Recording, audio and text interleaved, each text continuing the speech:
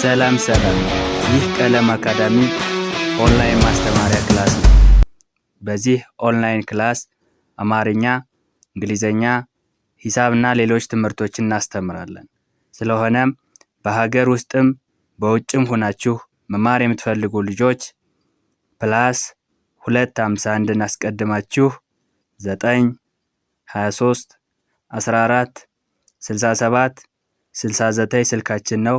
በኢሞ፣ በዋትስአፕ ወይም ደግሞ በቴሌግራም ተመዝግባችሁ በቀንም ሆነ ማታ በተመቻችሁ ሰዓት በኢሞ፣ በቴሌግራም፣ በዋትስአፕ፣ በጎግል ሚት እና በሌሎች አማራጮች መማር ትችላላችሁ። ቻናሉን ሰብስክራይብ፣ ላይክ እና ሼር እያደረጋችሁ ጀምሩ። ዛሬ ይዤላችሁ የመጣሁት በሰ የሚጀምሩ የአማርኛ ቃላትን ይዤላችሁ መጥቻለሁ። እነዚህ በሰ መሰረትነት ወይም የንባባቸው መጀመሪያ ሰ የሆኑ ፊደላትን እኔ ጋር የምናይ ይሆናል ማለት ነው። ስለዚህ እንዴት እንደምናነብ እንዴትስ መጻፍ እንደምንችል የምናይ ነው የሚሆነው። በሸ የሚጀምሩ፣ በበ የሚጀምሩ፣ በመ የሚጀምሩ እያልን በባለፈው ቪዲዮ ሰርተንላችሁ ነበረ። ቪዲዮን ያላያችሁ ካላችሁ ገብታችሁ ማየት ይኖርባችኋል ማለት ነው። እንግዲህ ዛሬ ወደ ክላሳችን ስንመጣ በቢጫ ቀለም የተቀባ እንደ እርሳችን የተጠቀምነው ምን ይላል? በሰ ሚጀምሩ ቃላት፣ በሰ የሚጀምሩ ቃላት ይላል። እንግዲህ ይሄ እርሳችን ነው የሚሆነው ማለት ነው። ስለዚህ በሰ የሚጀምሩ ቃላት ማለት የንባባቸው መጀመሪያ ፊደል ሰ የሆነ ቃል ማለት ነው። ሰ የሆነ ቃል ማለት ነው። እነሱ ማን ማን ናቸው የሚሉትን እንግዲህ የምናይ ነው የሚሆነው ማለት ነው። ኦኬ፣ እዚህ ጋር ስንመጣ ሰላም ይላል። ሰላም የሚለውን ስናይ ሰ ከሰ ቤተሰብ መጀመሪያ ነች፣ ላ ከለ ቤተሰብ አራተኛ ነች፣ ም ከመ ቤተሰብ ስድስተኛ ፊደል ነች። ስርዓት ባለው መግደርደር ወይም አስተዳደር ስናንበው ሰላም የሚል ቃል እናገኛለን ማለት ነው። ኦኬ፣ ሰውነት፣ ሰ ከሰ ቤተሰብ መጀመሪያ ነች፣ እዚህ ጋር እንደተባባል ነው። ው ከወ ቤተሰብ ስድስተኛ ነች፣ ነ ከነ ቤተሰብ መጀመሪያ ነች፣ ት ከተ ቤተሰብ ስድስተኛ ፊደል ነች። ስለዚህ እነዚህ አራቱ ፊደላትን ስርዓት ባለው አስተዳደር ወይም መግደርደር ስናንበው ሰውነት የሚል ቃል እናገኛለን ማለት ነው። ሰማይ፣ ሰ ከሰ ቤተሰብ መጀመሪያ ነች፣ ማ ከመ ቤተሰብ አራተኛ ነች፣ ይህ ከየ ቤተሰብ ስድስተኛ ነች።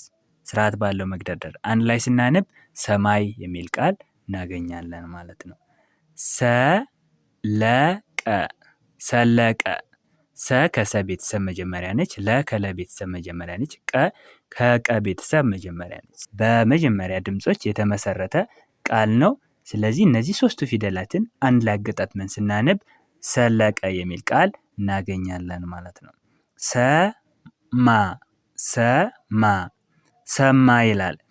ሰ ከሰ ቤተሰብ መጀመሪያ ነች፣ ማ ከመ ቤተሰብ አራተኛ ፊደል ነች። ስርዓት ባለው መግደርደር አንድ ላይ ስናነብ ሰማ የሚል ቃል እናገኛለን ማለት ነው።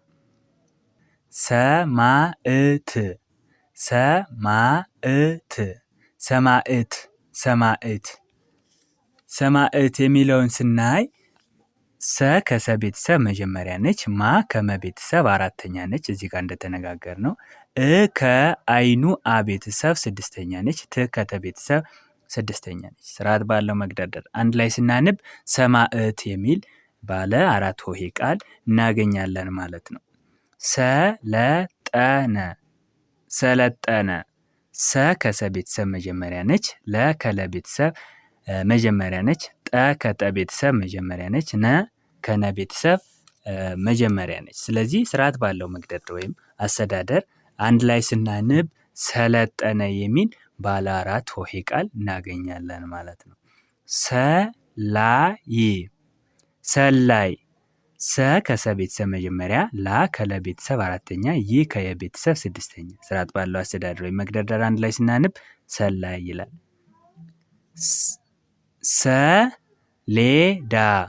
ሰሌዳ፣ ሰ ከሰ ቤተሰብ መጀመሪያ ነች፣ ሌ ከለ ቤተሰብ አምስተኛ ነች፣ ዳ ከደ ቤተሰብ አራተኛ ፊደል ነች። ስርዓት ባለው መግደርደር ወይም አስተዳደር አንድ ላይ ስናንብ ሰሌዳ የሚል ቃል እናገኛለን ማለት ነው።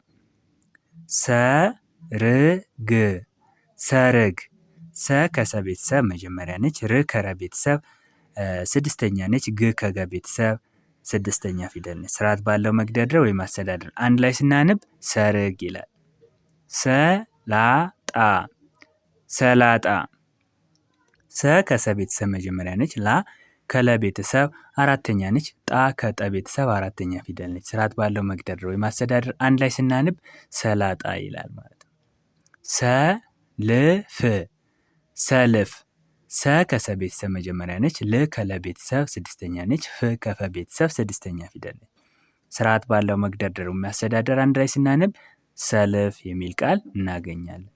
ሰላምታ ሰላምታ።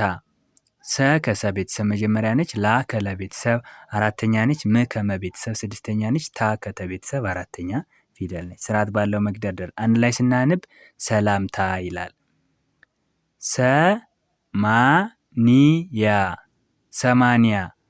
ሰ ከሰ ቤተሰብ መጀመሪያ ነች። ማ ከመ ቤተሰብ አራተኛ ነች። ኒ ከነ ቤተሰብ ሶስተኛ ነች። ያ ከየ ቤተሰብ አራተኛ ፊደል ነች። ስርዓት ባለው መግደርደር ወይም አስተዳደር አንድ ላይ ስናነብ ሰማንያ የሚል ቃል እናገኛለን። ሰረሰረ ሰረሰረ። ሰ ከሰ ቤተሰብ መጀመሪያ ነች። ረ ከረ ቤተሰብ መጀመሪያ ነች። ሰ ከሰ ቤተሰብ መጀመሪያ ነች። ረ ከረ ቤተሰብ መጀመሪያ ነች። ስለዚህ የመጀመሪያ ፊደላትን እንደገና የደገመ ቃል ራሱን ፊደልን እንደገና የደገመ ቃል እንላለን። ማለት ራሱ የደገመ ቃል እንለዋለን። ሰረ ሰረ ስንል ሰረ ራሱን ሲደግም ሰረ ሰረሰረ። እንደዚህ አይነት ቃላትን ራሱን የደገመ ቃል እንላለን ማለት ነው። ራሱን የደገመ ቃል ማለት ሰረ መጀመሪያው ሲሆን ሰረ ሲል ሰረሰረ ሁለት ተመሳሳይ ፊደላትን እናገኛለን ማለት ነው። ሰረ መጀመሪያ ላይ ከዛ እንደገና ሰረ ሰረ መጀመሪያ ከዛ ሰረ ሰረሰረ የሚል ባለ አራት ሆሄ ቃል እናገኛለን ማለት ነው። ኦኬ እዚህ ጋር ስንመጣ ሰረዝ ሰረዝ። ሰ ከሰ ቤተሰብ መጀመሪያ ነች። ረ ከረ ቤተሰብ መጀመሪያ ነች። ዝ ከዘ ቤተሰብ ስድስተኛ ነች። ስርዓት ባለው መግደርደር ወይም አስተዳደር አንድ ላይ ስናነብ ሰረዝ የሚል ቃል እናገኛለን። ሰሜን ሰሜን። ሰ ከሰ ቤተሰብ መጀመሪያ ነች። ሜ ከመ ቤተሰብ አምስተኛ ነች። ን ከነ ቤተሰብ ስድስተኛ ፊደል ነች። ስርዓት ባለው መግደርደር አንድ ላይ ስናነብ ሰሜን ይላል። ሰረቀ ሰረቀ። ሰ ከሰ ቤተሰብ መጀመሪያ ነች። ረ ከረ ቤተሰብ መጀመሪያ ነች። ቀ ከቀ ቤተሰብ መጀመሪያ ፊደል ነች። ስለዚህ እነዚህ ሶስቱ ፊደላትን ስርዓት ባለው መግደርደር አንድ ላይ ስናነብ ሰረቀ የሚል ባለ ሶስት ሆሄ ቃል እናገኛለን ማለት ነው። ኦኬ ሰረዘ ሰረዘ። ሰ ከሰ ቤተሰብ መጀመሪያ ነች። ረ ከረ ቤተሰብ መጀመሪያ ነች። ዘ ከዘ ቤተሰብ መጀመሪያ ነች። ስለዚህ እነዚህ ሶስቱ ፊደላትን አንድ ላይ አገጣጥመን ስናነብ ሰረዘ የሚል ቃል እናገኛለን። ሰርገኛ ሰርገኛ። ሰ ከሰ ቤተሰብ መጀመሪያ ነች። ር ከረ ቤተሰብ ስድስተኛ ነች። ገ ከገ ቤተሰብ መጀመሪያ ነች። ኛ ከኛ ቤተሰብ አራተኛ ነች። ስርዓት ባለው መግደርደር ወይም አስተዳደር አንድ ላይ ስናነብ ሰርገኛ የሚል ቃል እናገኛለን። ሰረገላ ሰረገላ። ሰ ከሰ ቤተሰብ መጀመሪያ ነች። ረ ከረ ቤተሰብ መጀመሪያ ነች። ገ ከገ ቤተሰብ መጀመሪያ ነች። ላ ከለ ቤተሰብ አራተኛ ፊደል ነች። ስርዓት ባለው መግደርደር ወይም አስተዳደር አንድ ላይ ስናነብ ሰረገላ ይላል ማለት ነው። ኦኬ ሰረገላ ይላል ማለት ነው። እንግዲህ እዚህ ጋር በሰ የሚጀምሩ የአማርኛ ቃላት ምን እንደሚመስሉና እንዴት ማንበብ እንደምንችል እንዴትስ መመስረት እንደምንችል ዛሬ በደንብ እኔ ጋር አይተናል ማለት ነው። ባለፈው ቪዲዮ ብዙ ክፍለ ጊዜ በሌሎች ፊደላት የሚጀምሩ ቃላትን አይተናል። ስለዚህ ቪዲዮውን ያላያችሁ ገብታችሁ ማየት ይኖርባችኋል ማለት ነው። በአጭር ጊዜ ውስጥ አማርኛ፣ እንግሊዘኛ፣ ሂሳብና ሌሎች ትምህርቶችን ማወቅ ከፈለጋችሁ በውስጥ መስመር ገብታችሁ መማር ትችላላችሁ። የዛሬ ክላሳችን ይሄንን ይመስላል። በቀጣይ ክላስ ከምንገናኝ ድረስ በያላችሁበት ሰላማችሁ ይብዛ። ባይ ባይ።